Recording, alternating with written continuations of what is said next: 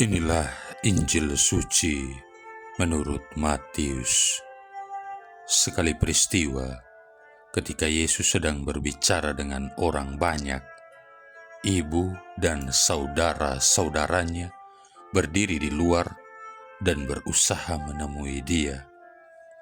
Maka berkatalah seseorang kepadanya, "Lihatlah, ibumu dan saudara-saudaramu ada di luar dan berusaha menemui engkau."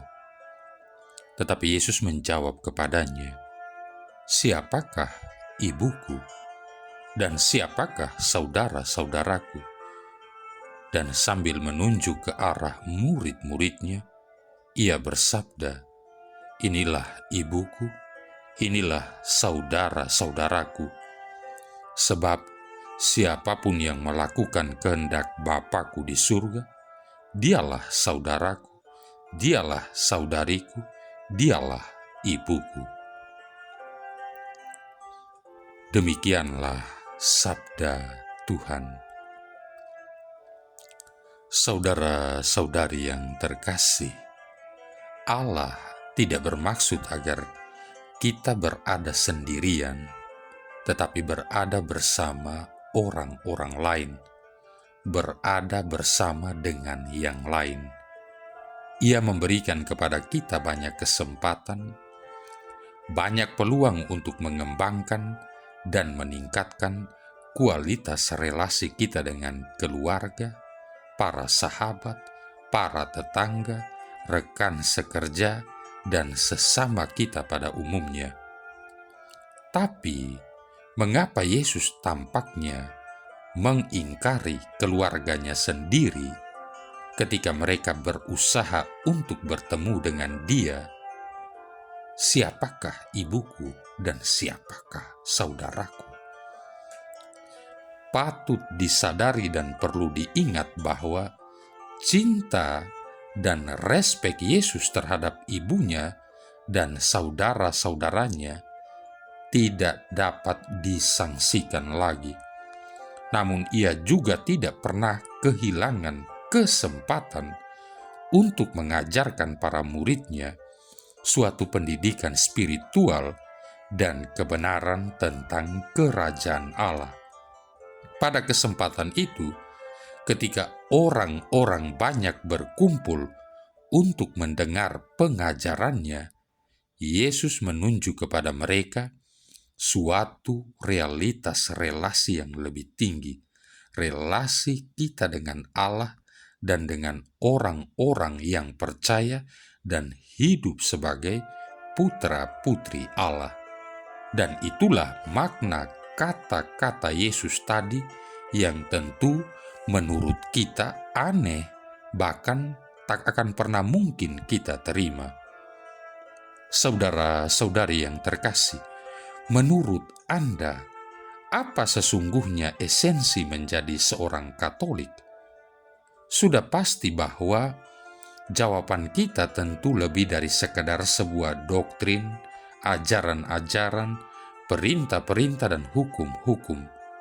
Dan memang pertama-tama dan terutama adalah suatu relasi, suatu hubungan kepercayaan, afeksi atau cinta kasih, komitmen, loyalitas, kesetiaan, kebaikan, kebijaksanaan, belas kasih, kesabaran, nasihat, dukungan, penguatan, perlindungan, dan banyak lagi kualitas lain yang mengikat satukan umat dalam cinta kasih dan kesatuan.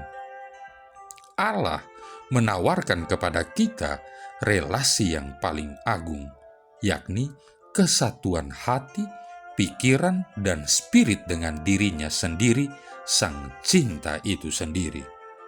1 Yohanes bab 4 ayat 8 ayat 16. Cinta Allah tak pernah kenal kegagalan, tak tahu kompromi, dan tak pernah menipu, tak pernah membiarkan kita terus terbelenggu oleh kekecewaan.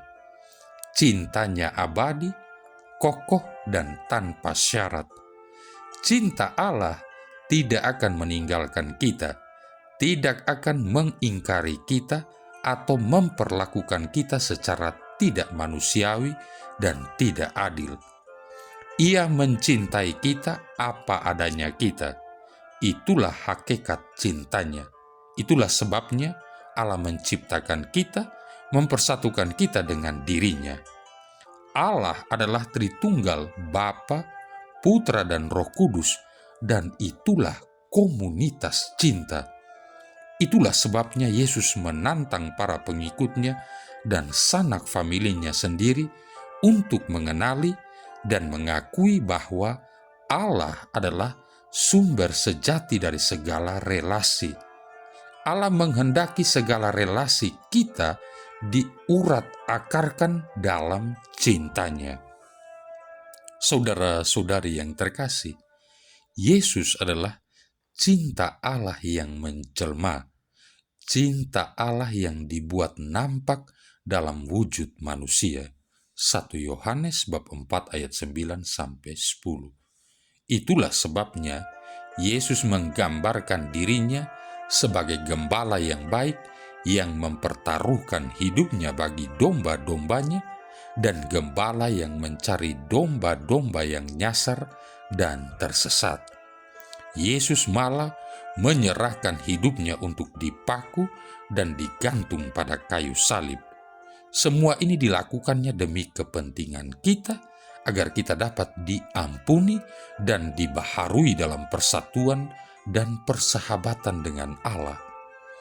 Justru melalui Yesus, kita diperkenankan menjadi putra-putri angkat Allah, saudari dan saudaranya sendiri. Itulah sebabnya Yesus menegaskan kepada para murid-Nya bahwa mereka akan memiliki banyak sahabat baru dan hubungan keluarga baru dalam kerajaannya.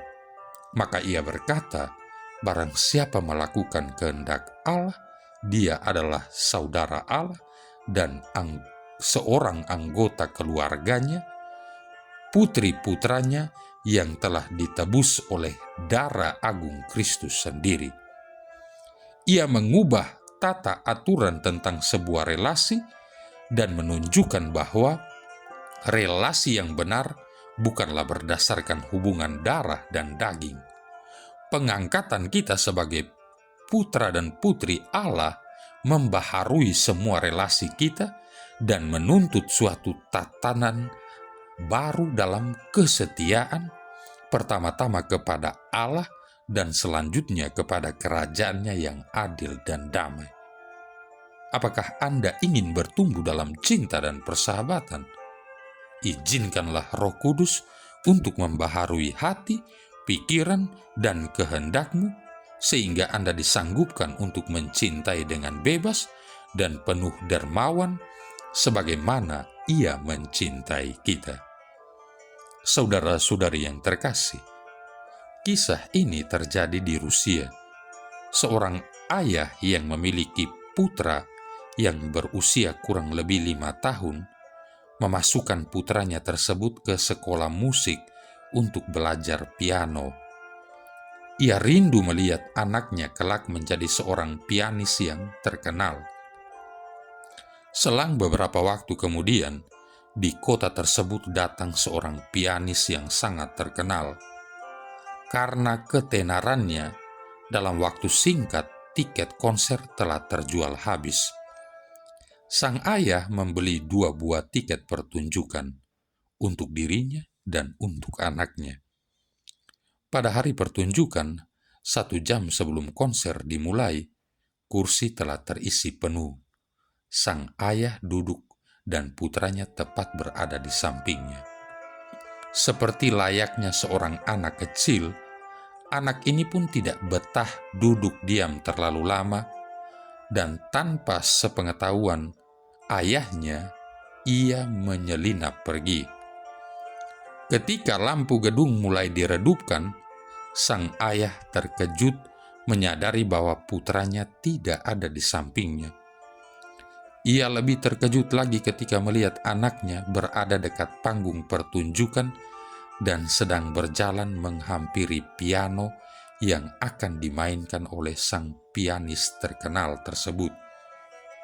Didorong oleh rasa ingin tahu, tanpa takut anak tersebut duduk di depan piano dan mulai memainkan sebuah lagu yang sangat sederhana, Twinkle Twinkle Little Star.